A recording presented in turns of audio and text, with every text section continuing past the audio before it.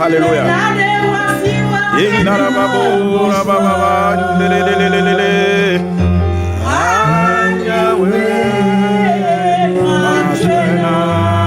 Alléluia.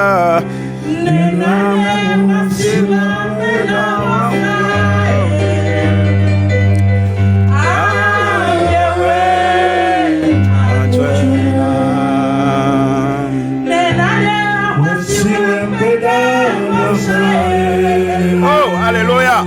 Alléluia.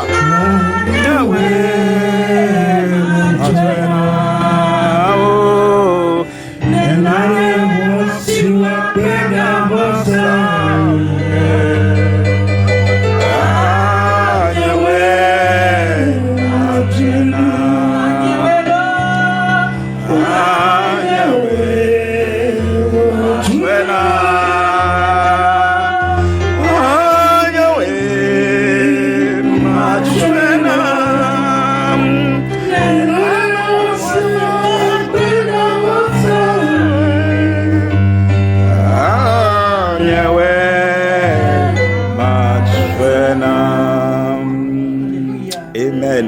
Oh, maman, reste bénie. Oh, Katabaya Basondara. Oh, Jésus.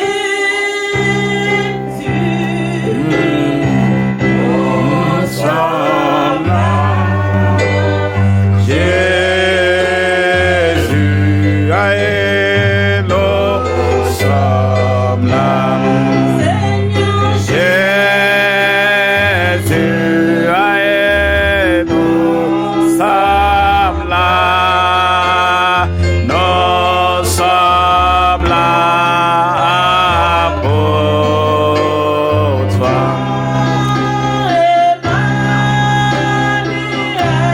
Il a nous sommes là.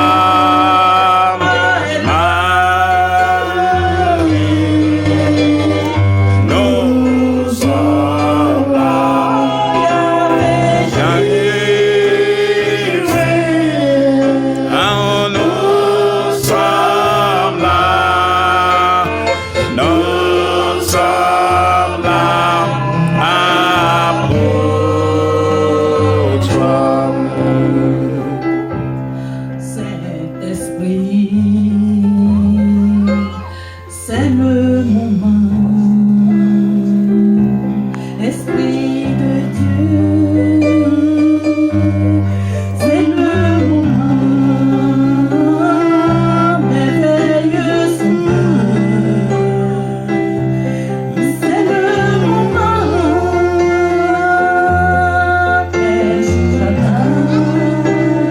Glorifions Jésus, nous sommes là. Jésus,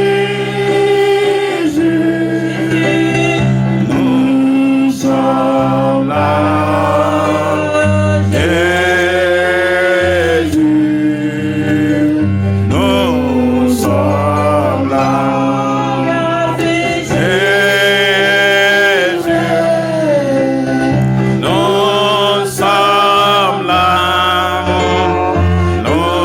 Nous sommes là pour toi.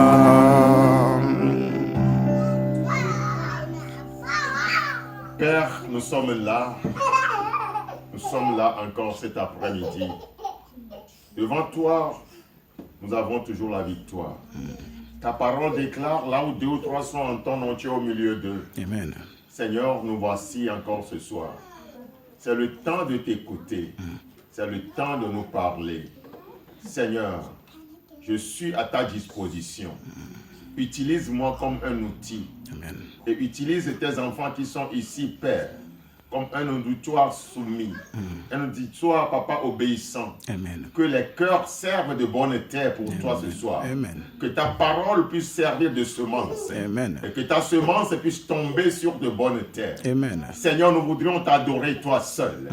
Et nous attendons que, Père, tu puisses nous transformer ce soir au travers de ta parole et que nous puissions parvenir à te ressembler, Amen. à être tel que Jésus est. Amen. Papa, nous prenons autorité sur les puissances, Amen. sur toute puissance qui s'oppose à ta parole. Amen. L'esprit, Seigneur, d'insoumission, Amen. l'esprit de rébellion, Amen. l'esprit de doute, Amen. l'esprit, Seigneur, qui ne confesse pas ton nom, est lié, brisé, Aïe, kata. envoyé dans la Bible. Au Masoria nom de katabaya. Jésus, Eh.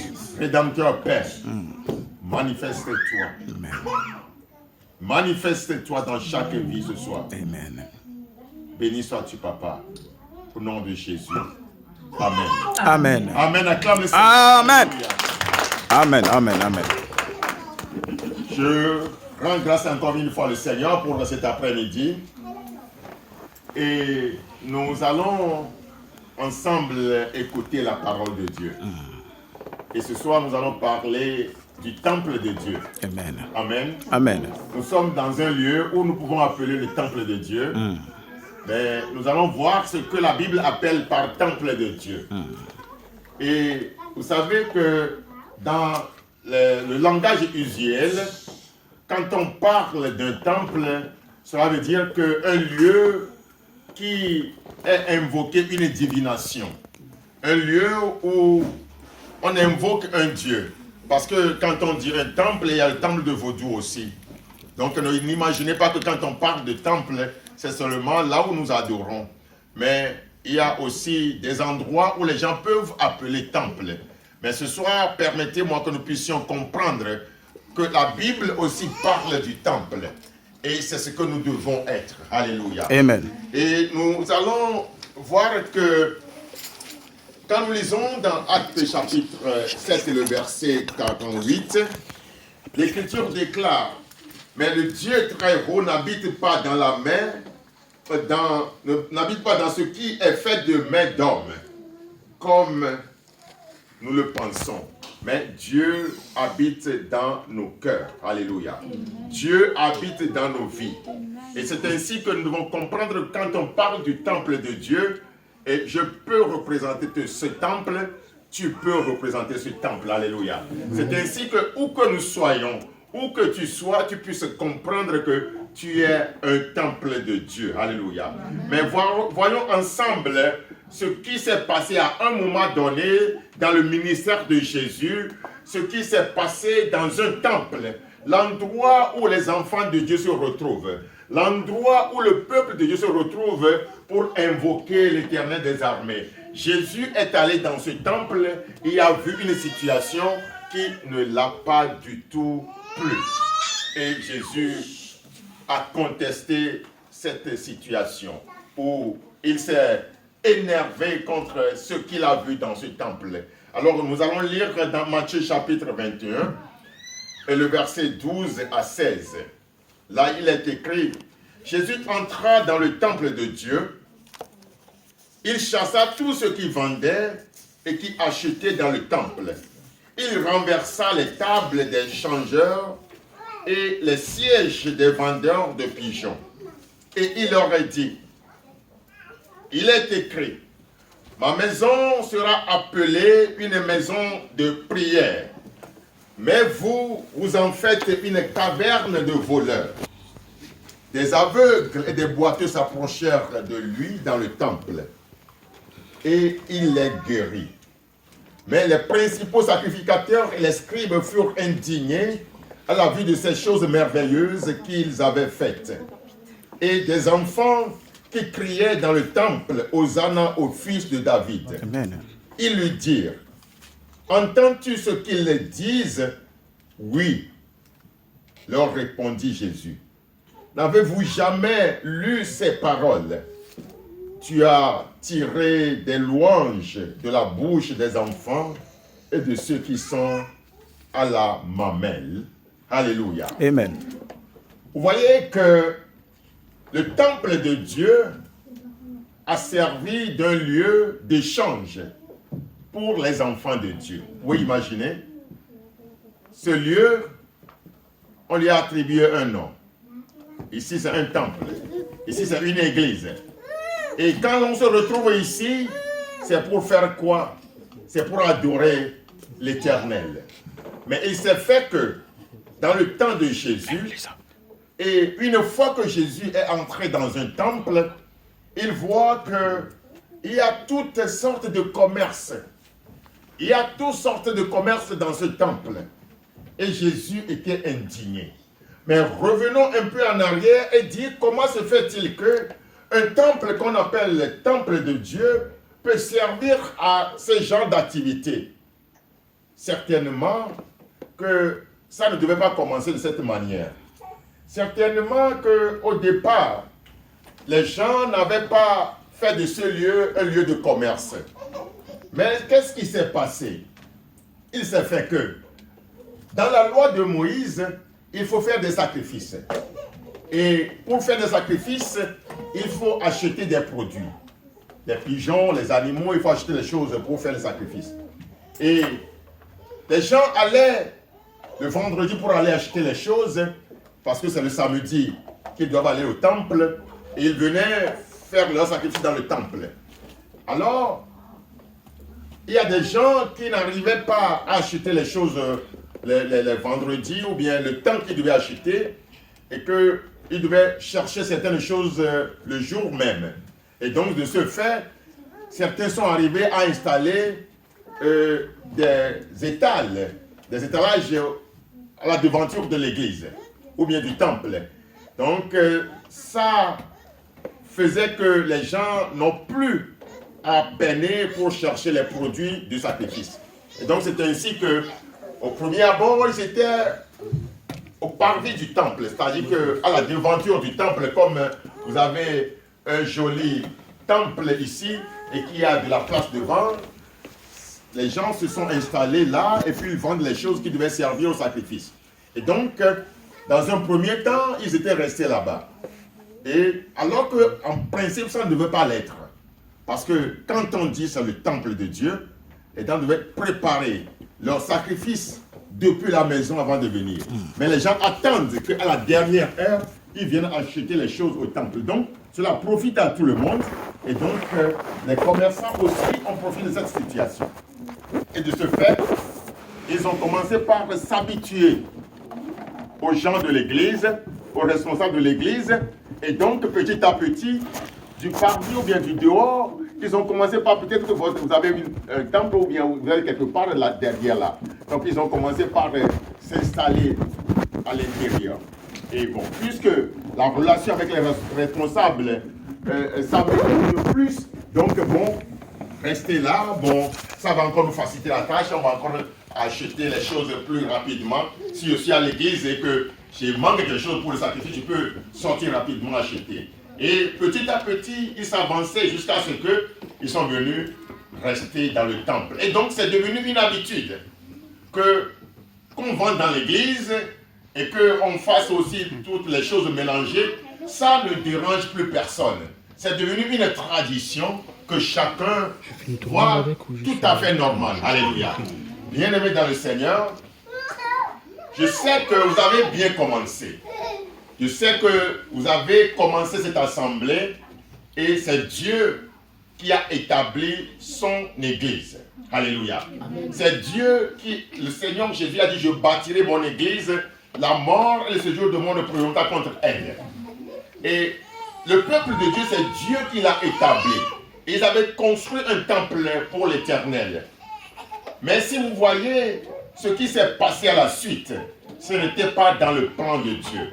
Ce n'est pas ce que Dieu avait prévu pour son temple. Mais les gens sont arrivés à introduire ce qui doit être du monde.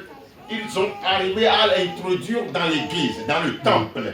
Et cela fait que tout le monde s'est habitué à cette situation et on ne trouve aucun problème à cela. Aujourd'hui, je voudrais quand même que nous comprenions quelque chose. Certainement que les gens ne viendront plus installer les choses devant ce bâtiment. Certainement qu'on n'a plus à faire des sacrifices aujourd'hui. Mais sachez une chose. Tel que vous avez commencé avec l'esprit, tel que vous avez commencé avec des bonnes habitudes bibliques, il faut le garder. Amen. Alléluia. Amen. Il faut le garder. Si vous essayez de tolérer certaines choses, si vous essayez de tolérer le péché, ce qui ne doit pas être dans la maison de Dieu, si vous le tolérez, vous arrivez à le tolérer petit à petit et vous allez accepter toutes choses à la suite. Alléluia. Amen. Il n'y aura plus de différence entre l'Église et le monde. Alléluia. C'est ainsi que dans les supermarchés, c'est pour le marché, mais l'Église est aussi devenue un supermarché. Vous trouvez cela normal? Non. Non. Mais c'est ce qui a été fait dans le temps. Parce que les gens ont trouvé cela, que cela leur apporte aussi une facilité. Parce que ceux qui achetaient les choses pour leur sacrifice, ils trouvent cela que c'est plus facile. Si je peux trouver les produits déjà dans l'église, c'est une chose facile. Et donc, c'est devenu quelque chose de tout à fait normal. Aujourd'hui, si vous tolérez certaines choses qui sont intolérables, selon la parole de Dieu, si vous tolérez un, vous allez tolérer deux. Et ainsi de suite, il y aura un mélange. Il y aura toutes sortes de cafouillages. Et quand cela s'installe, c'est difficile de se débarrasser. Alléluia. Amen. Alors, bien-aimés, vous êtes les pionniers de cette assemblée. Vous êtes les frères et les sœurs que le Seigneur a inspirés pour faire une œuvre formidable dans ce lieu. Faites tout pour que vous n'ayez pas une relation corrompue. Amen. Pour que vous n'ayez pas une relation avec le mal qui, à la suite, ne permettra plus de faire ce qui est bien pour Dieu. Alléluia. Amen. Alors revenons un peu ce qui est arrivé dans le temps de Jésus. Quand Jésus a remarqué cette situation, Jésus était indigné. Christ était indigné que la maison de son Père devienne un lieu de caverne, un lieu où il y a toutes sortes d'échanges, toutes sortes de business. Alléluia. Et Jésus s'est indigné. Et il leur a dit, il leur a dit que la maison de mon Père est appelée la maison de prière. Ce n'est pas la maison de commerce. Ce n'est pas un supermarché. Mais c'est la maison de prière. Alléluia. Quand nous venons dans la maison de Dieu, l'objectif, c'est de chercher Dieu. Parce qu'on a dit la maison de Dieu. Là, nous allons trouver Dieu. Alléluia. Et c'est pourquoi il est important, quand je quitte ma maison, quand je vais dans la maison de Dieu, je dois savoir pourquoi je vais là-bas. Alléluia. Beaucoup, ils quittent la maison. Ils savent qu'ils vont à l'église. Mais ils ne savent pas, ils n'ont pas un objectif pour lequel ils vont à l'église. Alléluia. C'est très indispensable de savoir pourquoi je me lève et pourquoi je vais à l'église.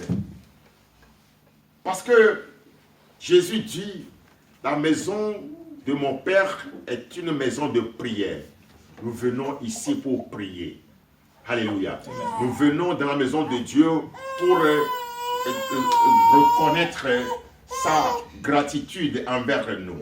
Nous venons dans la maison de Dieu pour lui dire merci pour tout ce que tu fais pour moi. Nous venons dans la maison de Dieu pour apprendre la parole de Dieu. Alléluia. La maison de Dieu ne peut être que ça. La maison de Dieu, ce n'est pas un lieu où on a des relations, des affaires. Alléluia. Bien sûr qu'on peut, avec des frères, échanger sur certaines choses. Mais le premier objectif de venir dans la maison de Dieu, ce n'est pas l'intention de faire des affaires. Alléluia. Mais aujourd'hui, cela contribue plus à notre adoration. Parce que beaucoup, ils vont dans des églises où ils pouvaient trouver des gens avec qui ils pouvaient faire des affaires. Et aujourd'hui, c'est le business qui conduit l'église de Dieu. Et si la situation devient ainsi, vous allez voir que la maison de Dieu va devenir une caverne. La maison de Dieu va devenir un lieu d'affaires. C'est ce que Jésus a dit, non? Il a dit que la maison de mon Père est une maison de prière. Mais vous, vous en faites une caverne de voleurs. Alléluia. Donc, il a ajouté aussi, vous en faites une caverne de voleurs. Cela veut dire que même dans la maison de Dieu où les gens font des affaires, ils se trichent aussi. Parce que dans les affaires, c'est c'est du n'importe quoi. Il n'y a pas de pitié. Ou bien, bon, moi je ne suis pas un affairiste, mais selon ce que j'écoute très souvent, il n'y a pas que tu vas avoir pitié de ton prochain. Les gens sont capables de tout. Alléluia. Bien-aimés, prenons la maison de Dieu comme la maison de prière. Et quand nous prions, et Dieu va nous ouvrir les portes. Alléluia. Quand tu as à faire des business, tu viens ici pour prier. Et Dieu va t'ouvrir les portes. Alléluia. Mon frère, ma soeur, comprenons bien que Dieu voudrait que sa maison demeure une maison de prière. Quand tu viens dans la maison de Dieu, parlez des choses d'en haut. Parlez des choses qui puissent édifier. Parlez des choses qui puissent encourager. Mais parlez d'autres choses. Vous allez vous retrouver dans une situation où vous allez perdre toute la parole de Dieu pour lequel vous êtes venu dans ce lieu. Alléluia. Et Jésus continue en disant, après avoir qu'il a renvoyé toutes ces personnes, on a dit que des aveugles et des boiteux s'approchèrent de lui dans le temple et il les guérit. Alléluia. Vous savez une chose,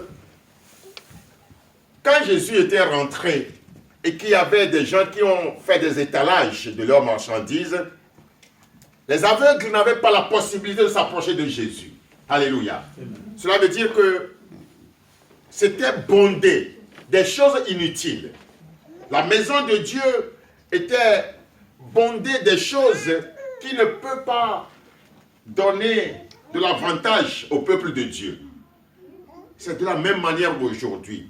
Quand nous n'arrivons pas à dégager les choses qui vont encombrer l'œuvre de Dieu, qui vont encombrer la présence de Dieu, il n'y a rien qui puisse se passer.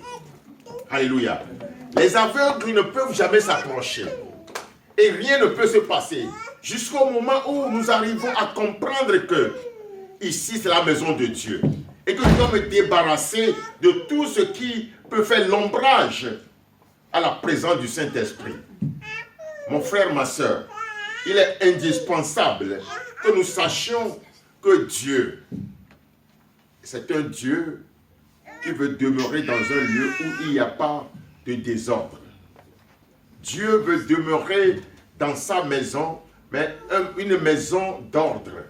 Une maison où il n'y a pas des choses, des marchandises qui ne peuvent pas servir à son adoration. Une chose qui est aussi très importante, nous devons comprendre que ce bâtiment est le temple de Dieu. Et quand nous faisons la comparaison avec ce qui s'est passé dans le temps de Jésus, nous pouvons dire que nous devons prendre des principes dès le départ pour qu'il n'y ait pas après des choses qui puissent corrompre l'adoration dans ce temple. Mais en dehors du temple qui est le bâtiment, la Bible déclare aussi que nous sommes le temple de Dieu. Alléluia. Amen. Je suis le temple de Dieu. Parce que quand nous avions lu dans le livre des Actes, il a dit que Dieu ne réside pas dans le temple fait de mains d'hommes. Alléluia. Amen. Dieu ne peut pas résider dans le temple fait d'hommes, mais il réside dans nos cœurs. Alléluia. Amen. Dieu réside dans nos cœurs. C'est pourquoi, quand nous lisons dans 2 Corinthiens, chapitre 6, le verset 16 à 18, si quelqu'un trouve, il peut nous lire ça rapidement. 2 Corinthiens, chapitre 6.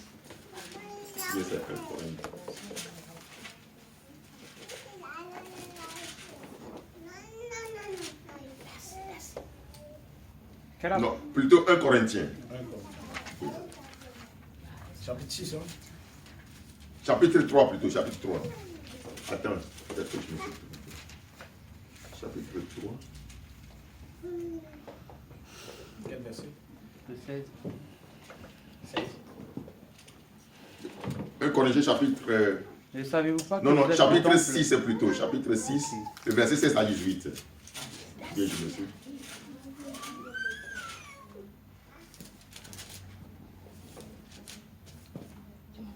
Ne savez-vous pas que celui qui s'unit à la prostituée est un seul corps avec elle?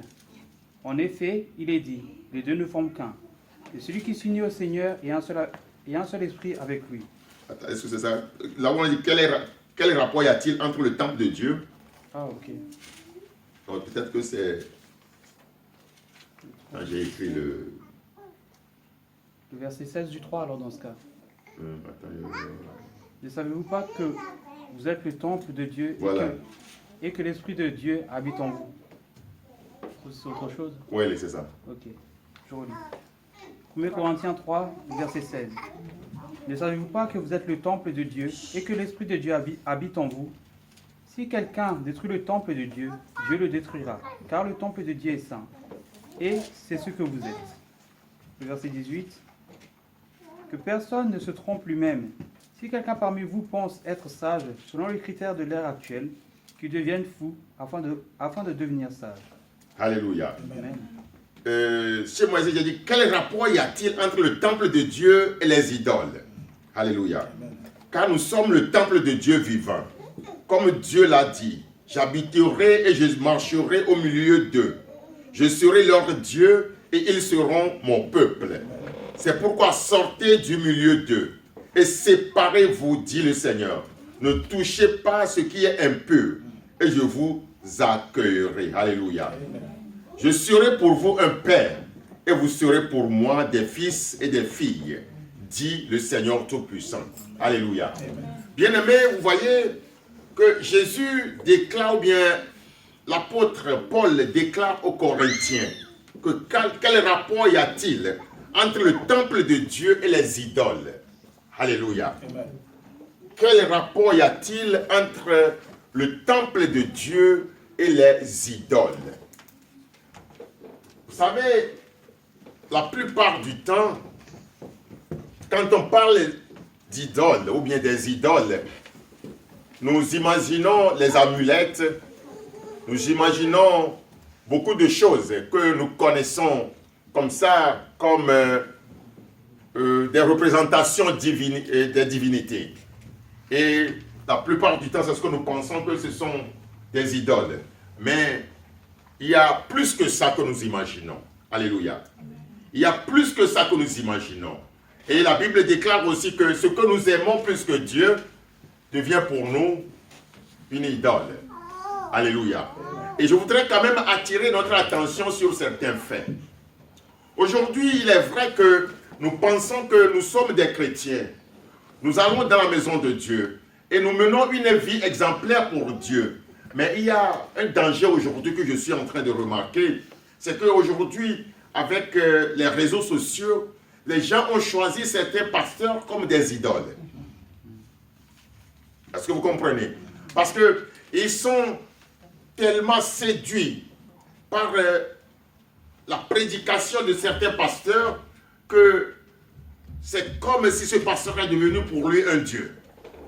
C'est un danger. Alléluia. C'est un très grand danger.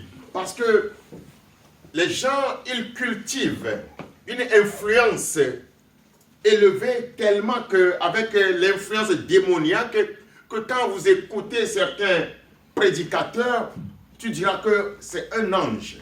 Vous direz que lui, je ne sais pas comment le qualifier. Et ce sont des gens qui influencent la vie de beaucoup de chrétiens aujourd'hui. Et des chrétiens n'ont plus aujourd'hui un lieu de culte.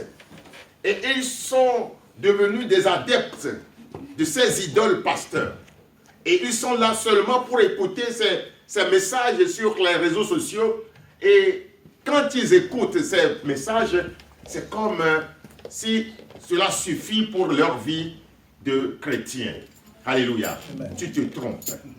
Alléluia.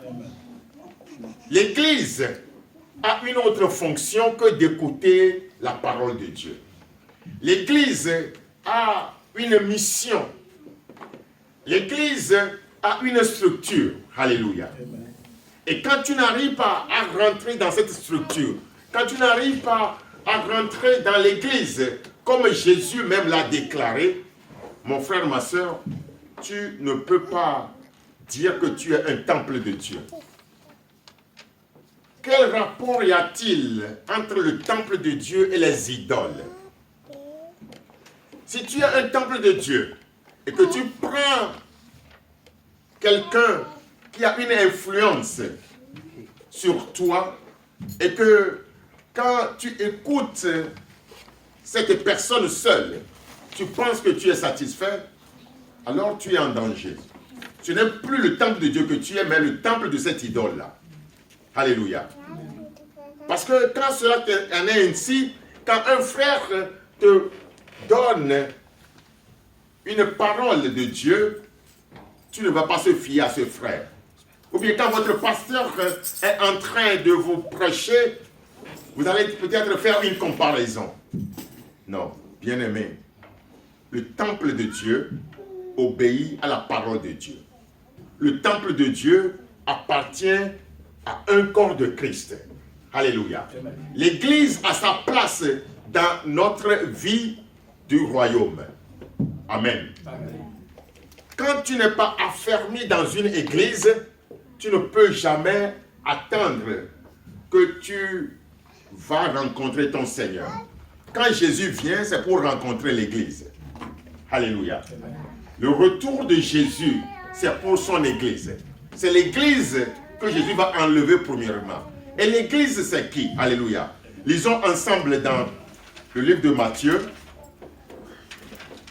Lisons dans Matthieu chapitre 16. Matthieu chapitre 16, le verset 14 à 19. On dit, Jésus dit, Jésus étant arrivé dans le territoire de Césarée, de Philippe, demanda à ses disciples, qui dit-on que je suis, moi le Fils de l'homme?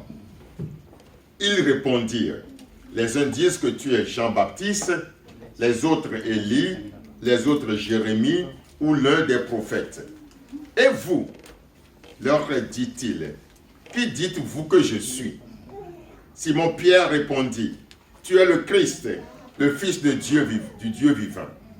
Jésus reprenant la parole lui dit, tu es heureux Simon, fils de Jonas, car ce ne sont pas la chair, le sang qui t'ont révélé cela, mais c'est mon Père qui est dans les cieux. Et moi, je te dis que tu es Pierre, et que sur cette pierre, je bâtirai mon église. Alléluia.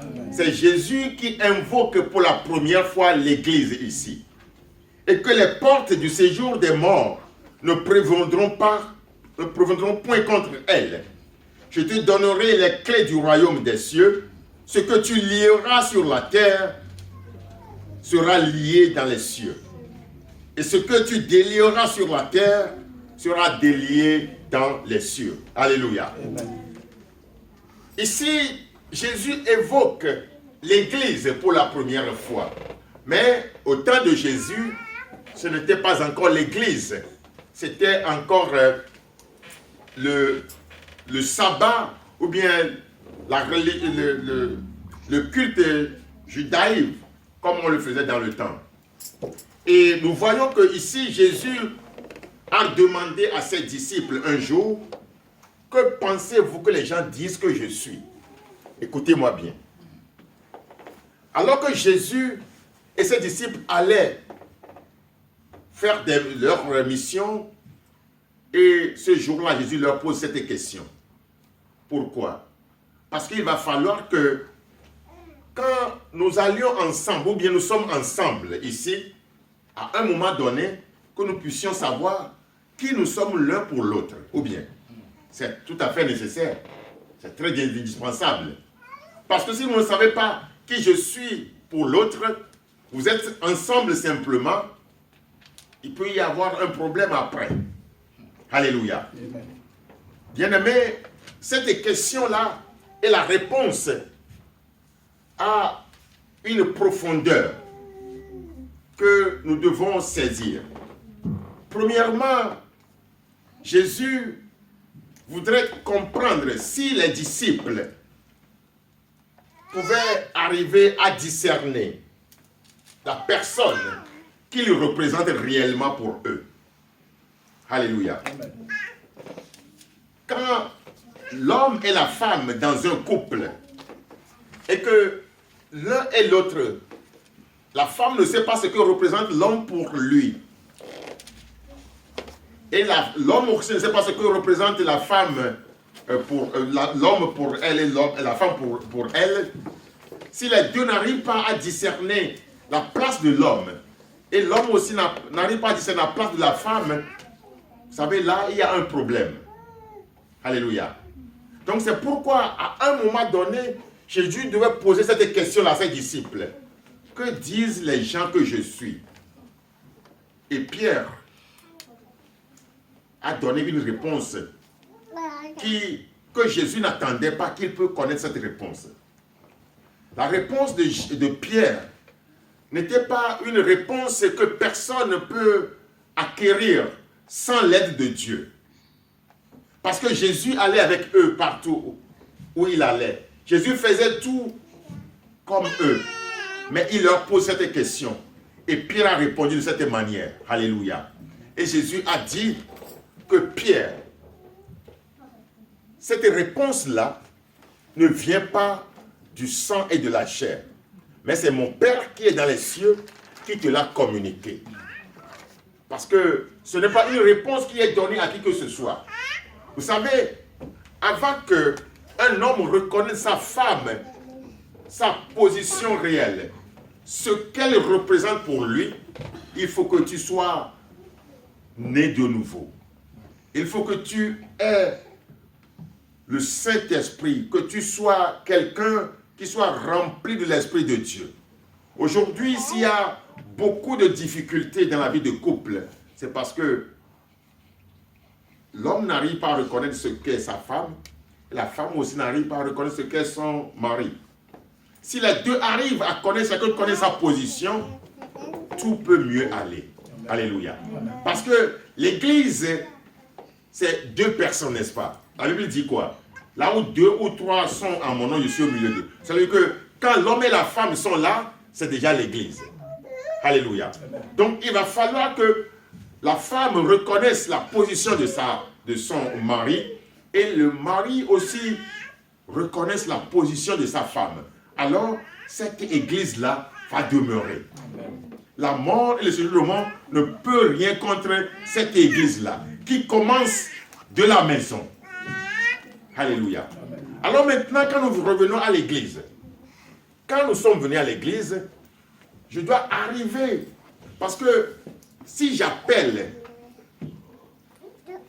un frère qui n'est pas de même père, même mère que moi, quelqu'un qui n'est pas de même père, même mère que moi, que je peux l'appeler frère ou bien sœur, si c'est seulement charnellement que je le dis,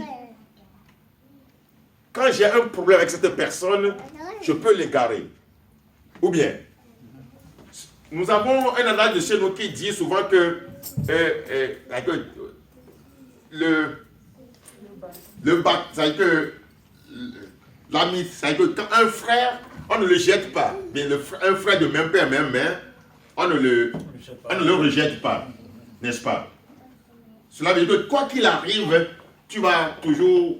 Tu sais quand même que c'est ton frère et ta soeur. Vous allez toujours demeurer ensemble. Donc, ça c'est sur le plan charnel. Maintenant, quand l'église, nous nous appelons frères et sœurs en Christ, et que nous appelons cela seulement parce que c'est charnel, parce que bon, c'est comme ça qu'on le dit. Parce que dans l'église, nous disons toujours frères et sœurs, frères et sœurs, frères et sœurs.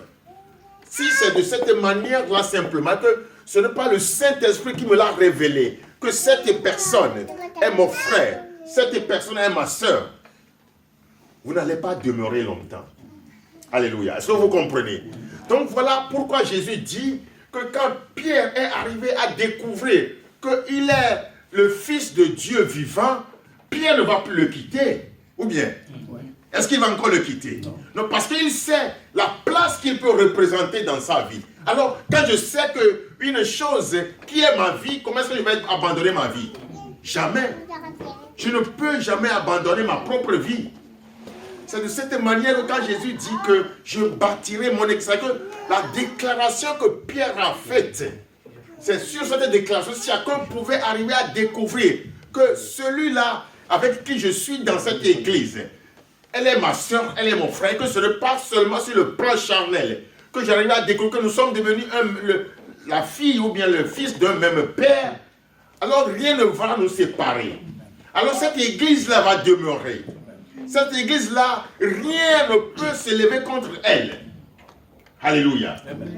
Bien-aimés, vous avez commencé et ça n'a pas encore duré, mais il faut que vous arriviez à retenir certaines choses. Que celui ou celle que tu appelles frère ou sœur, il faut voir au-delà de ce que nous disons charnellement. Il faut comprendre qu'il a accepté le Seigneur Jésus comme Seigneur et Sauveur personnel. Qu'il est devenu un frère avec qui tu n'as pas à se séparer. Il est devenu une sœur avec qui tu n'as pas à se séparer. Alléluia. Alors demeurons dans cette pensée, demeurons dans cette compréhension de ce que Jésus a dit à propos de la confession de Pierre. Pierre dit, tu es Jésus, le Fils de Dieu vivant. Parce qu'il a reconnu la position de Jésus. Bien-aimé, il y a une chose aussi. Aujourd'hui, peut-être que vous n'avez pas encore, ou bien vous avez le pasteur précis parmi vous et d'autres responsables. Si vous n'arrivez pas à reconnaître en eux que ce sont vos responsables, vous n'allez pas demeurer. Alléluia. Il faut reconnaître en chacun des responsables que c'est mon responsable. Amen. Amen. Si vous arrivez à comprendre que lui là, c'est mon pasteur, lui là, c'est mon diacre, lui là, c'est ma diaconesse, lui là, c'est telle chose, c'est sa responsabilité. Quoi qu'il arrive, tu donneras toujours ce respect à cette personne. Amen. Amen. Et c'est ainsi que l'Église va demeurer. C'est ainsi que la mort et le séjour de mort ne vont jamais prévaloir contre cette Église. Mais quand nous n'arrivons pas à comprendre que celui-là c'est mon frère réellement, celle-là c'est ma soeur réellement, il y aura toujours des divisions, il y aura toujours des problèmes, il y aura toujours des difficultés. Mais quand vous arrivez à discerner qui est telle personne pour moi, parce que nous venons des milieux différents, mais il faudrait que, puisque nous connaissons Jésus comme Seigneur et Sauveur personnel, que ce Jésus arrive à nous rassembler, à devenir des enfants d'un même père et même mère. Et c'est ainsi que l'Église va demeurer. Alléluia. Mon frère, ma soeur, ce soir, je ne vais pas encore dire plus, mais ce que je sais, nous avons le privilège, avec le Seigneur Jésus, nous avons ce privilège de demeurer dans n'importe quelle situation et être victorieux. Jésus a fait une promesse. Il dit que je bâtirai mon église. La mort et le séjour de mort ne prévaudront contre elle. Cela veut dire que les situations difficiles vont arriver. Les vents forts vont souffler. Les tempêtes vont arriver. Mais Jésus dit que ces choses ne pourront lier contre son église. Alléluia. Mon frère, ma soeur, ce soir, toi et moi, nous allons savoir que, en dehors des problèmes et des difficultés de l'Église, nous sommes individuellement aussi confrontés à des tempêtes et à des vents. Alléluia. Amen. Nous sommes confrontés aussi à des difficultés. Mais ce qui est certain, la promesse qui est faite à l'Église est aussi ta promesse. Amen. La promesse que Jésus a faite à Pierre est aussi ta promesse. Amen. Parce que tu es l'Église de Dieu. Alléluia. Amen. Tu es l'Église de Dieu. Tu es le temple de Dieu. Tu es l'Église de Dieu. Et Jésus dit que rien ne pourra t'affronter et te vaincre. Rien. Rien. Alléluia. Amen. Et nous allons bientôt prier, mon frère, ma soeur. Puisque tu as confessé le Seigneur Jésus, il faut que tu aies cette assurance-là. Qu'aucune tempête, aucun vent ne peut t'ébranler. Amen. Ne peut te toucher. Ne peut te donner des difficultés. Parce que Jésus-Christ est avec toi. Vous savez, nous sommes des hommes bénis en Jésus-Christ. Amen. Amen. Nous sommes des femmes bénies en Jésus-Christ. Le Seigneur a béni son peuple. Le Seigneur a béni Israël. Et la Bible déclare que ce que Dieu a béni, personne ne peut le maudire. Si Dieu te bénit, personne ne peut te maudire. Amen. Dans Nombre chapitre 23, le verset 23, il est écrit là que l'enchantement ne peut rien contre Jacob, ni la divination contre Israël. Au temps marqué, il sera dit à Jacob et Israël, quelle est l'œuvre de Dieu. Alléluia. Amen. Tu vas te lever, nous allons prier. Ce soir, certainement que il y aura encore des enchantements qui seront lancés contre toi. Il y aura encore des divinations que les gens vont encore vouloir profaner contre toi. Mais je voudrais te rassurer que le Seigneur dit que cela ne fera rien contre toi. Que cela ne peut rien contre toi. L'enchantement ne peut rien contre Jacob. Tu vas appeler ton nom. Que moi, telle personne, je m'appelle Justin. Moi, Justin, l'enchantement ne peut rien contre moi. Alléluia. Alléluia. Et tu verras que la promesse de Dieu ne change jamais. La promesse de Dieu demeure toujours ce qu'il a été dans le temps passé jusqu'à aujourd'hui. Parce que le Seigneur est le même. Hier, ce qu'il a fait, il le fait aujourd'hui. Et il va demeurer comme ça. Et c'est pourquoi dans ta vie aussi, le Seigneur va faire des choses. Il a dit que je bâtirai mon église. La mort et ce jour de mon proviendra contre elle. Tu es l'église de Dieu. Et rien ne peut contre toi. Dieu dit, l'enchantement ne peut rien contre Jacob, ni la divination contre Israël. Au temps marqué, il sera dit à Jacob et à Israël, quelle est l'œuvre de Dieu. Oui, tu vas déclarer cela, que moi, tu vas dire ton nom, l'enchantement ne pourra rien contre moi. Restons ensemble. Il faut le répéter encore une fois. L'enchantement ne pourra rien contre moi. Encore une fois. L'enchantement ne pourra rien contre moi. Alléluia. Alors rentre dans la prière, commence par prier et tu vas anéantir tout enchantement, toute divination qui va s'opposer contre toi. Parce que Dieu a fait une promesse pour toi. Et parle à ton Dieu en ce moment. Et brise tout enchantement, brise toute divination, toute situation qui va vouloir t'empêcher. Parle à ce moment. Seigneur Dieu, tu es le Dieu le seul, qui déclare les choses et que cela se réalise. Tu es le Dieu le seul qui ne change pas. Oh Rédempteur Père, voilà ton peuple devant toi. Tout enchantement, papa, ne peut rien contre Jacob. Tout enchantement ne peut rien contre moi. Oh, c'est ta parole. Oh, mon roi, mon rédempteur. Oh, agis. Mon frère, parle à ton Dieu. Parle à ton Dieu. La parole de Dieu déclare, l'enchantement ne peut rien contre Jacob. Oui, tu es le Jacob d'aujourd'hui.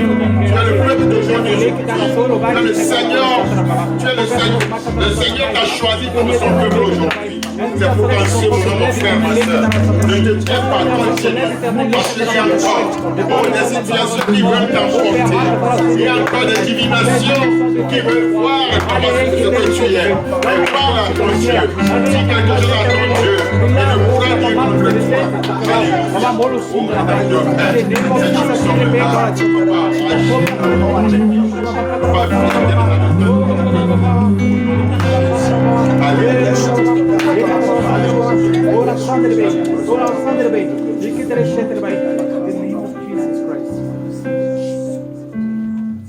Alléluia.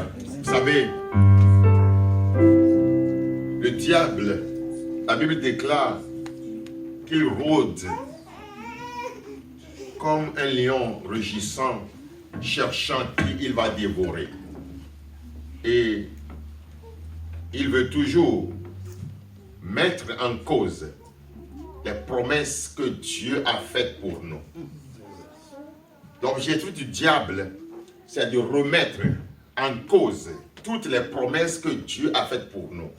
Et il peut passer par des hommes pour qu'ils nous envoûtent, pour qu'ils voient notre avenir par des divinations.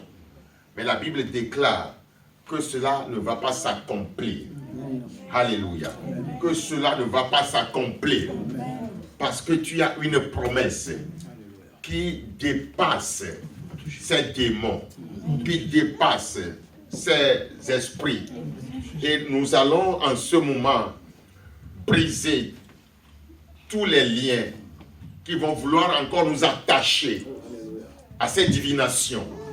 Tu vas prier, dire que je brise tout lien qui va vouloir encore m'attacher à ces divinations, à ces envoûtements, que tu te libères de tous ces liens, parce que tu es devenu enfant de Dieu. Tu n'as aucun rapport avec ces liens. Tu vas briser toute ancienne alliance. Tu vas dire que tu n'as aucun rapport avec les anciennes alliances, les alliances familiales, les alliances démoniaques. Peut-être que toi-même, tu t'es fait de certaines alliances, moi tu ne connais pas le Seigneur. Tu vas déclarer ce soir que je ne fais plus partie de ces alliances. Au nom de Jésus, je me libère de ces alliances. Commence par briser. Oh, les chaînes qui vont encore t'attacher à cette divination. Prie en ce moment et brise ces chaînes qui vont t'attacher à cette divination. Au nom de Jésus. Oh, libère tes enfants.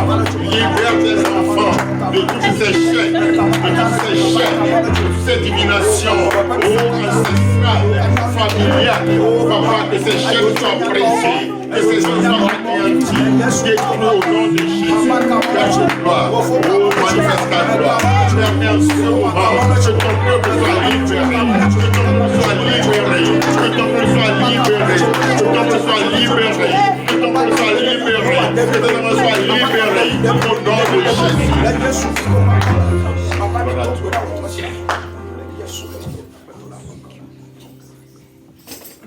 Je reconnais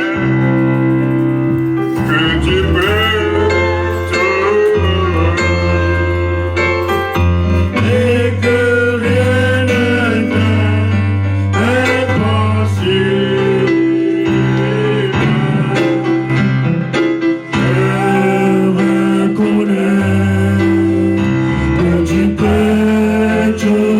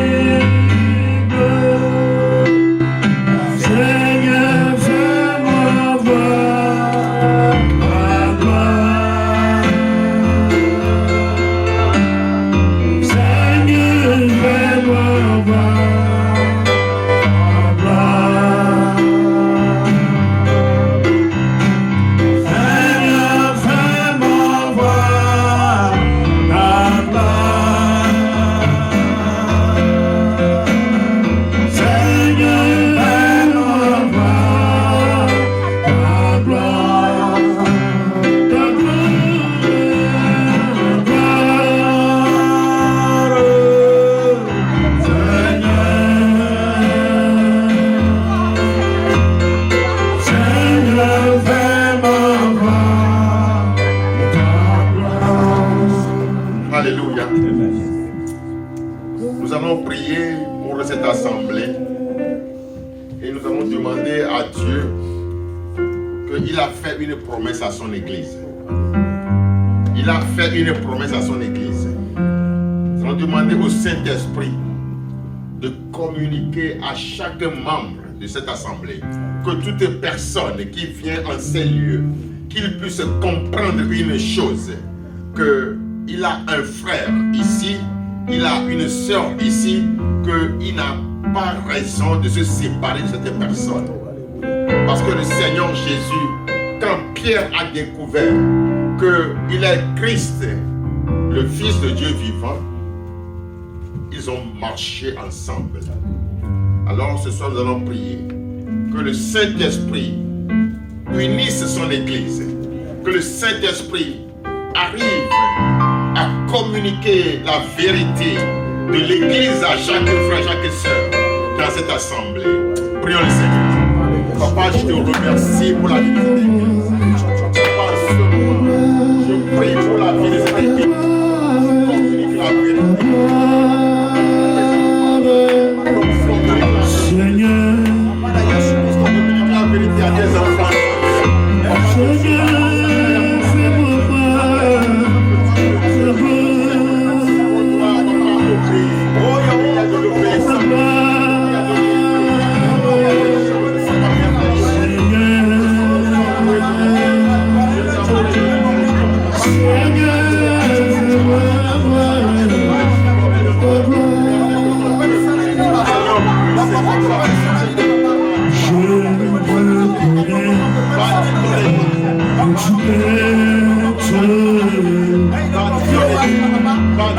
et que rien ne t'est impossible.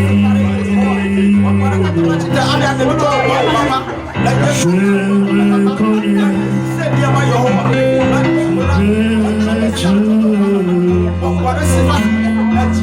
et que rien ne t'est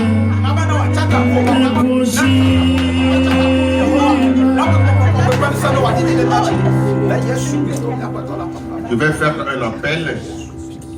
Si ce soir tu es en ces lieux et que tu as encore le doute sur ta victoire, sur toute divination, sur tout enchantement, si tu te sens menacé par certaines divinations, par certains enchantements, nous allons t'aider à ce que tu sois convaincu. Ne dis pas beaucoup de Ali. Et yo dona pono, metetana no. Allo metemla na nyo. Ma fona de doko mboa. Yawa potra le blonoba, il est invité. Jésus Christ le yo, ba avant ko. Yawa to ko da ta. Hallelujah.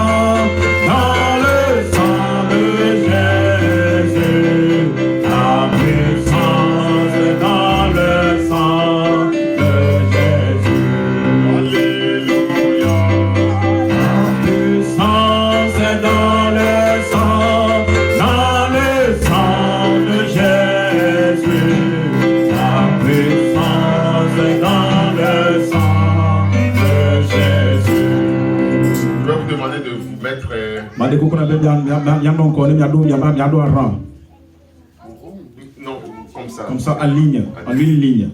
Voilà. Alléluia. Amen. Tout le monde, quelle langue peut passer mieux? Le français? Pour le français. Ok. Nous avons un Dieu qui nous a fait une promesse merveilleuse. Alléluia. L'Écriture déclare que nous n'avons pas reçu un esprit de peur, mais nous avons reçu un esprit de force, un esprit d'autorité. Et si quelqu'un est en Christ, nous dit l'Écriture dans 2 Corinthiens chapitre 5, le verset 17, si quelqu'un est en Christ, il est devenu une nouvelle créature. Les choses anciennes sont passées, voici toutes les choses deviennent nouvelles. Cela veut dire que les relations qui sont dans le passé sont finies avec quand nous sommes dans le Seigneur. Et c'est à nous de comprendre l'œuvre que Christ a accomplie sur la croix et d'affirmer dans nos prières que je suis plus que vainqueur, que je n'ai plus de relation avec aucun esprit. Je n'ai plus d'alliance avec aucune situation démoniaque. Alors, vous allez, après moi, déclarer votre victoire. Ce n'est pas que je voudrais que vous confessiez, mais vous allez déclarer votre victoire. Vous allez dire ces paroles après moi. Tu vas dire, toi, alliance ancienne. Toi, alliance ancienne. Je n'ai plus de relation avec toi. Je n'ai plus de relation avec toi. Toi, puissance démoniaque. Toi, puissance démoniaque. Je n'ai plus de relation avec toi. Je n'ai plus de relation avec toi. Tu es vaincu sur la croix. Tu es vaincu sur la croix. Tu es vaincu sur la croix. Tu es vaincu sur la croix. Et je suis plus que vainqueur. Et je suis plus que vainqueur. Je peux marcher dans le Seigneur Jésus. Je peux marcher dans le Seigneur Jésus. Et tu n'as rien à faire avec moi. Tu n'as rien à faire avec moi. Et mon sommeil serait paisible. Mon sommeil sera paisible. Je n'ai plus à te rencontrer sur aucun chemin. Je n'ai plus à te rencontrer sur aucun chemin. Au nom de Jésus. Au nom de Jésus. Maintenant, je vais prier avec vous. Papa, je te bénis pour la vie de tes enfants. Ils voudraient encore une fois confirmer leur victoire en toi. Parce que si quelqu'un est en toi, il est plus que vainqueur. Alors ce soir, je te déclare victorieuse. Tu es victorieuse en Jésus-Christ. Tu es victorieuse en Jésus-Christ. Oh, tu vas marcher sur le serpent et le scorpion. Ils ne pourront rien contre toi. C'est ta promesse. Reçois-la maintenant. Reçois-la maintenant. Reçois-la maintenant. Au nom de Jésus, toutes les chaînes démoniaques, sataniques est brisée. Tout lien familial, toute alliance démoniaque est brisée au nom de Jésus. Reçois ta délivrance. Reçois ta délivrance. Reçois ta délivrance. Reçois ta délivrance au nom de Jésus. Père de gloire, oh merci pour la vie de tes enfants. Papa, tu as un plan de paix, de bonheur pour tes enfants. Et voici ce soir, il voudrait encore renouveler, Seigneur, oh, ta promesse. Parce que tu as déclaré, avec moi, tout est possible. Père, avec toi, tes enfants, oh, ils sont plus que vainqueurs. Que rien, papa, rien ne pourra encore les empêcher, papa, dans leur sommeil, où qu'ils soient, en ce moment. Reçois ta délivrance. Que tout lien démoniaque, tout lien satanique, tout lien soit brisé au nom de Jésus.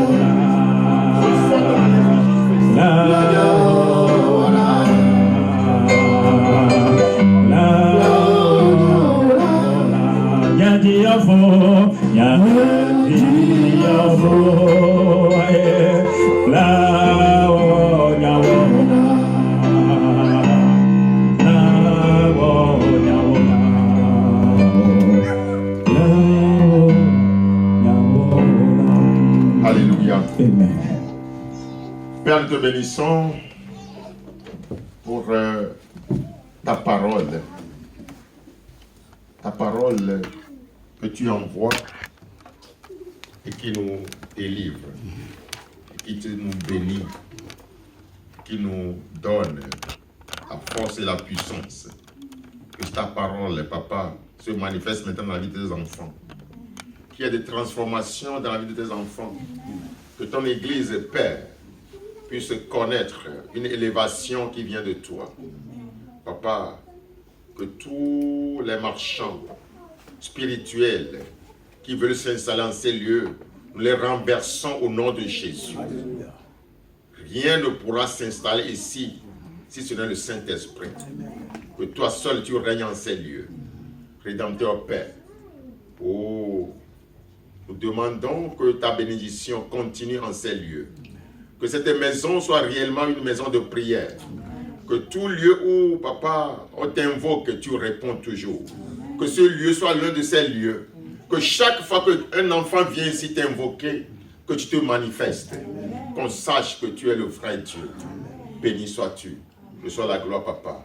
Au nom de Jésus. Amen. Amen. Amen. Alléluia. Ok, nous allons maintenant passer à la Sainte Seine. Je ne sais pas comment vous procédez, mais nous allons lire quand même un passage biblique. Nous allons lire dans 1 Corinthiens, chapitre 10, le verset 15 à 18. 1 Corinthiens, chapitre 10, le verset 15 à 18. Là, il est écrit: Je parle comme à des hommes intelligents. Jugez-vous même de ce que je dis. La coupe de bénédiction que nous bénissons n'est-elle pas la communion au sang de Christ?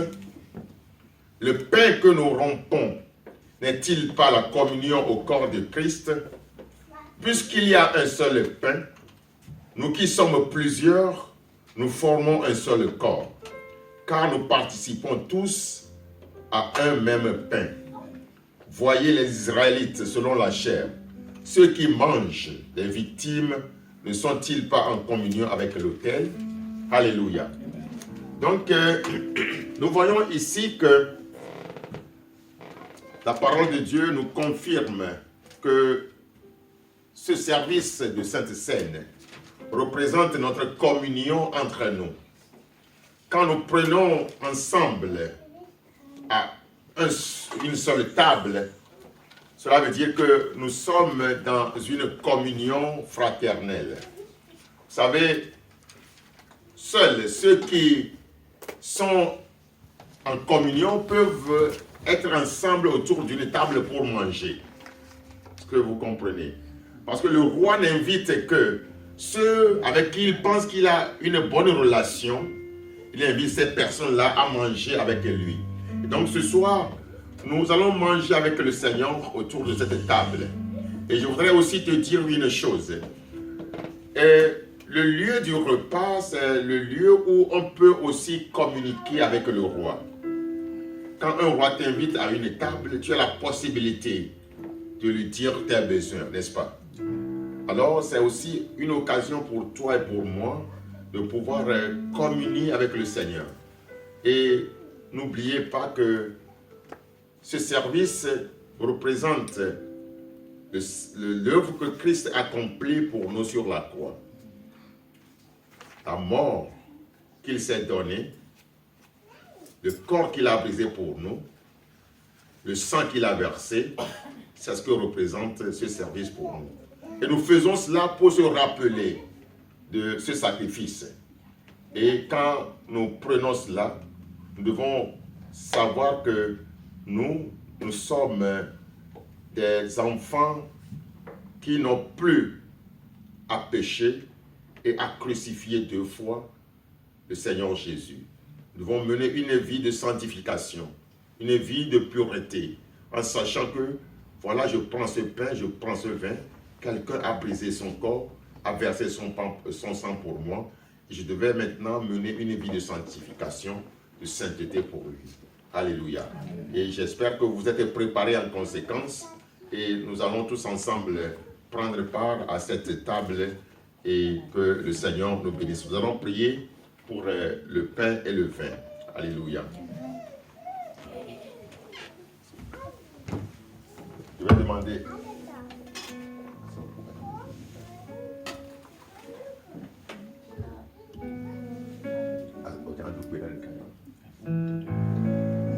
Alléluia.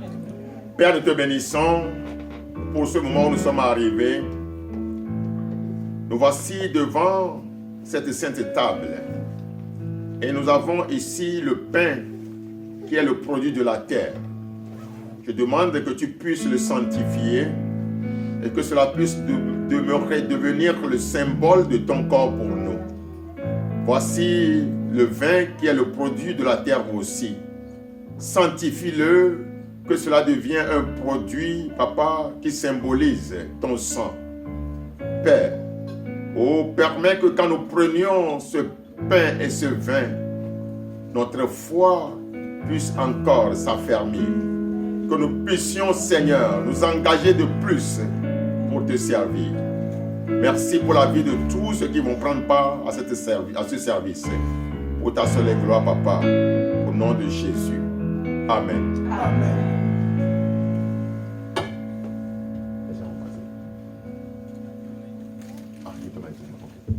Bon, en tout cas, comme c'est la première fois que je viens ici, nous le faisons de cette manière. Nous servons les gens, premièrement, et nous prenons. Donc ici, vous commencez. Nous en entendons. Oui.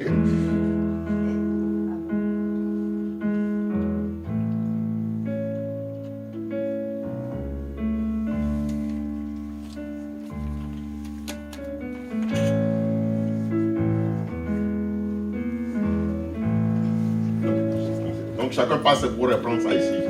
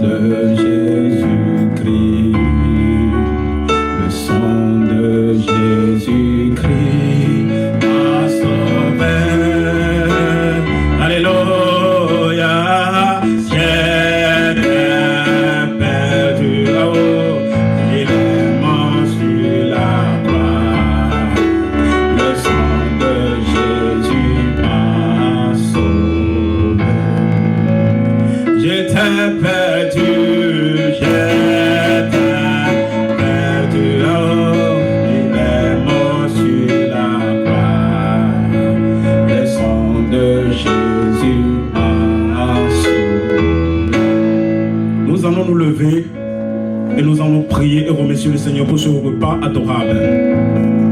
Ce repas de communication. Ce repas qui peut nous lier entre lui. Ce repas qui peut nous fortifier. Ce repas qui fera, quand les maladies se lèvent, quand les montagnes se lèvent, quand les collines se lèvent, ce repas nous fortifiera. Et nous marcherons comme David l'a dit. Alléluia. Alléluia. Alléluia. Alléluia.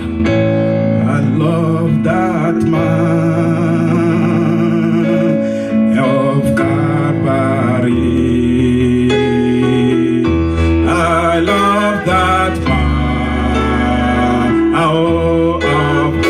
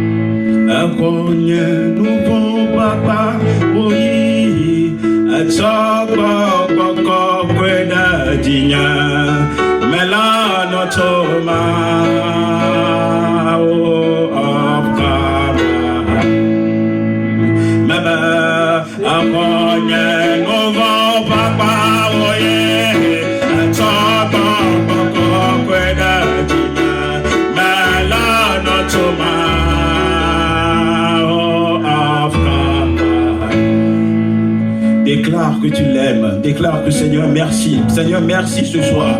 Merci pour ton attention envers nous. Merci pour ta rencontre envers nous, papa. Nous te disons merci pour la parole qui est sortie, pour les merveilleuses choses que tu nous as données, papa. Tu nous as fait communiquer avec toi, papa. Nous sommes encore nés de nouveau, papa. Car ta mort a été pour nous une victoire, papa. Et nous avons vaincu toutes choses, Seigneur. Ta mort a été glorifiée, papa. Ta mort a été élevée, papa. Oh, ce qui s'est passé dans les années 3000, papa. Et nous le faisons aujourd'hui, car tu as dit que ta parole demeure toujours, papa. Nous te disons merci. Papa, je te dis merci pour toutes choses, papa. Je te dis merci pour la vie de tout chacun. Ceux qui ne sont pas venus, ceux qui ne se sont présentés devant cette table. Mais Seigneur, je sais que par l'esprit, papa, oh, tu les as déjà couverts, papa. Tu les as déjà bénis avec ta parole. Tu les as déjà sanctifiés avec ta parole. Reçois cette adoration, papa. Reçois ce remerciement. Seigneur, nous te disons merci. Alléluia. Amen. Amen. Alléluia. Amen. Nous remercions le Seigneur pour ce moment qu'il nous a accordé. Nous lui disons merci. Et j'aimerais bien que nous nous levons et que nous allons prier pour l'apôtre et sa femme et notre frère, le frère Rodrigue, celui qui est le coordinateur de tous les instruments dans leur maison. Alléluia. Nous allons prier pour eux. L'Éternel dit, celui qui me bénira, je le bénirai. Et celui qui me maudira, je le maudirai. Nous allons bénir cette famille. Nous allons bénir cet homme de Dieu qui est venu nous bénir. Vous savez, ça fait 3 semaines que ma femme a rêvé de cet homme, cet apôtre. Que cet apôtre est venu et il a mis la main sur des gens. Et tous les problèmes, que ce soit la maladie, que les maladies ont pris bagage. Et c'est ce que ma femme m'a donné et j'attendais ce moment. Alors qu'on n'a même pas programmé, mais voilà qui s'accomplisse aujourd'hui. Alléluia. Ça veut dire que son avenir ici est quelque chose, une victoire. Une victoire pour la vie de quelqu'un. Une victoire, une renaissance pour la vie de quelqu'un. Quelque chose que le diable a pris. Quelque chose qui ne va pas dans ta vie. Et que cet homme est venu. Cet homme est venu. Cet homme, cet apôtre que l'Éternel a appelé, il est venu, il a rétabli toutes choses. Alléluia. Prions pour cet homme. Seigneur Jésus, nous remettons cette famille entre tes mains, papa. L'apôtre qui est venu, papa, nous le remettons entre tes mains, papa. Papa, je le remets entre tes mains. Fais que ton esprit, papa, le œil toujours, papa. Donne-lui la victoire, papa. Donne-lui la victoire, papa. Un-lui de plus en plus. Que le Saint-Esprit, papa, à travers sa parole, que partout il aille, papa, partout il ira, papa, que cette parole, papa, puisse guérir, puisse toucher, papa, puisse toucher quelqu'un et ramener quelqu'un sur le mauvais chemin, papa. Ramener quelqu'un du mauvais chemin sur le droit chemin, papa. Afin que cette parole, papa, puisse enlever les montagnes de la vie de quelqu'un, papa. Je bénis, papa. Nous bénissons cet homme, papa. Nous le bénissons, papa. Nous le bénissons, Seigneur. Nous le bénissons, Seigneur. Nous le bénissons, Seigneur. Car il est venu et nous a bénis. Seigneur, je te dis merci. Alléluia. Alléluia. Amen. Amen. Avant de continuer, nous voyons notre frère qui est parmi nous aujourd'hui. Je ne connais pas sa position envers Jésus. J'aimerais bien que lui-même se présente et nous dise quelle est sa position envers notre Seigneur Jésus-Christ. Alléluia. Le frère Agbé. Alléluia. Acclamons le Dieu de Dieu. L'apôtre est venu et lui aussi il est venu. Alléluia. Il est venu, je crois qu'il a entendu beaucoup de choses. Des choses qui peuvent transformer sa vie. Des choses qui peuvent l'amener sur le bon chemin. Je t'invite, mon frère, devant, pour que tu te présentes à l'assemblée et tu dis quelle est ta position envers notre Seigneur Jésus-Christ. Alléluia. Amen. On m'appelle Monsieur Agbassa Kossiadou. Il s'appelle Monsieur Agbassa.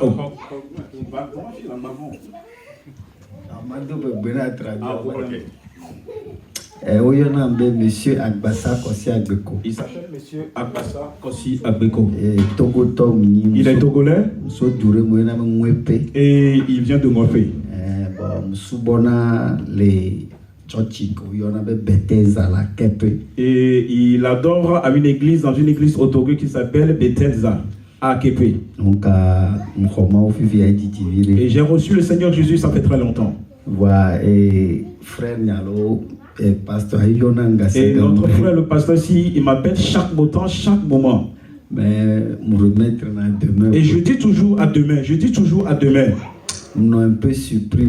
Et j'étais tellement surpris que je suis venu chez ma mère. Et ma mère m'a dit, Agbe, allons à l'église. Je lui ai dit que donc, j'ai un problème d'embauche. Une promesse d'embauche. Et la fille lui disait, il faut qu'il passe chez lui pour qu'on puisse discuter. Et la maman ne veut pas discuter, il a dit seulement ok. Et maman nous disait qu'elle partira à la maison à partir de 13h. Et maman est partie se préparer. Et maman, il demande à maman, mais il est l'heure, il faut que tu partes. Et maman lui disait qu'il y a quelqu'un qui viendra le chercher. 14h-15. Et à partir de 14h-15, il viendra le chercher. Et que notre pasteur, si il viendra le chercher. Quand le pasteur est venu pour la prendre, j'ai pas voulu venir. Parce que j'avais mon idée sur le rendez-vous d'embauche. Mais comme le pasteur m'a dit, et quelque chose a touché mon cœur de venir et de laisser pour l'embauche.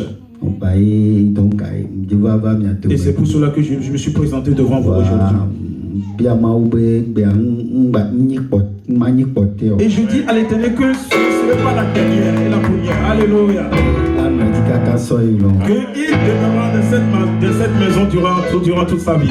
Remercions le Seigneur. Alléluia. Amen. Comme je l'avais dit, l'arrivée de notre apôtre a fait un de plus, notre frère Agbe. Alléluia. Et nous le remercions. Amen. Donc nous allons remercier le Seigneur. La Bible déclare qu'on ne vient jamais dans la maison de l'Éternel sans vide, sans la main vide. Nous allons le remercier. Si tu n'as pas, c'est pas forcé. Nous sommes là, c'est à nous plutôt de vous donner. Et si tu n'as pas, ne te force pas à donner. Alléluia. Alléluia. Alléluia. Alléluia. Alléluia. Alléluia. Alléluia. Alléluia. Alléluia. Alléluia.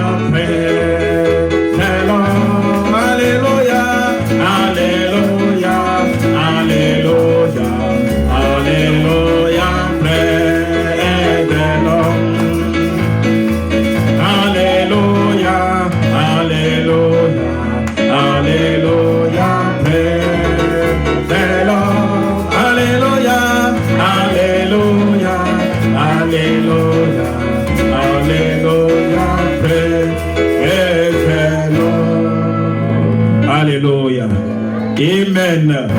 Amen. Amen. Donc nous sommes arrivés à la fin. Nous respectons l'heure.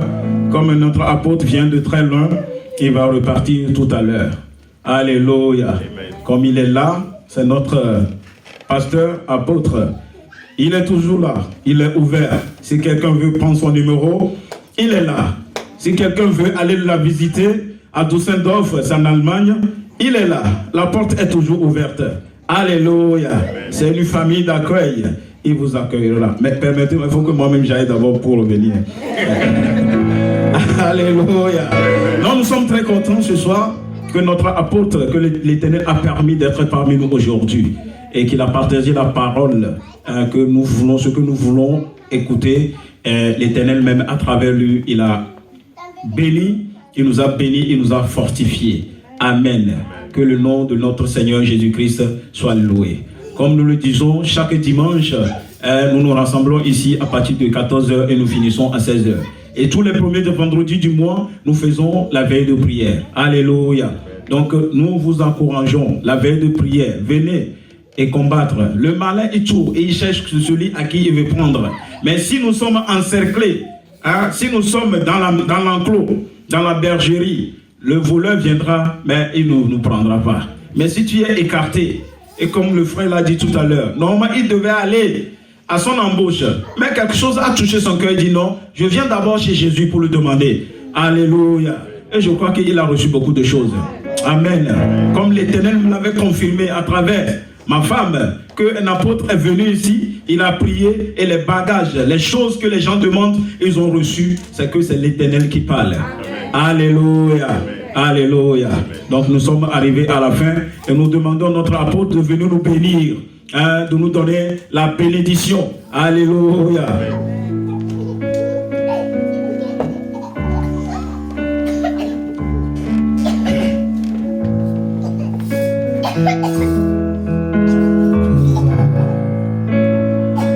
Le ciel d'azur, les éclairs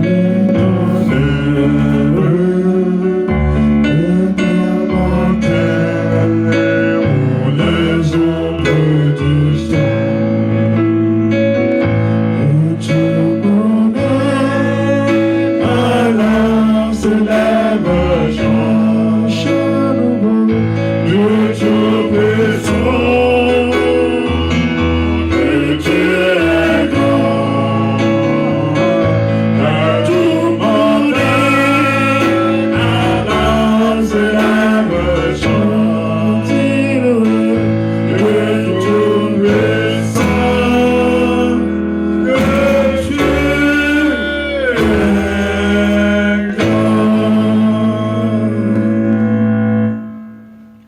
Oui, Éternel, tu es vraiment grand. Tu es vraiment grand pour tes enfants. Tu es vraiment grand pour nous encore cet après-midi. Nous voici arrivés à un moment où nous allons quitter ces lieux. Mais nous ne quittons pas toujours ta face. Papa, tu es omniprésent. C'est ainsi que je recommande ce peuple entre tes saintes mains. Que tu sois avec chacun tout au long de cette semaine. Papa, que le Saint-Esprit réside dans chaque cœur. Que chaque cœur devienne ton temple. Allez en paix. Allez dans la victoire. Allez dans la bénédiction qui est en Jésus-Christ. Au nom du Père, du Fils et du Saint-Esprit. Amen. Amen. Que le Seigneur nous bénisse. Ah, vous bénissez ce matin.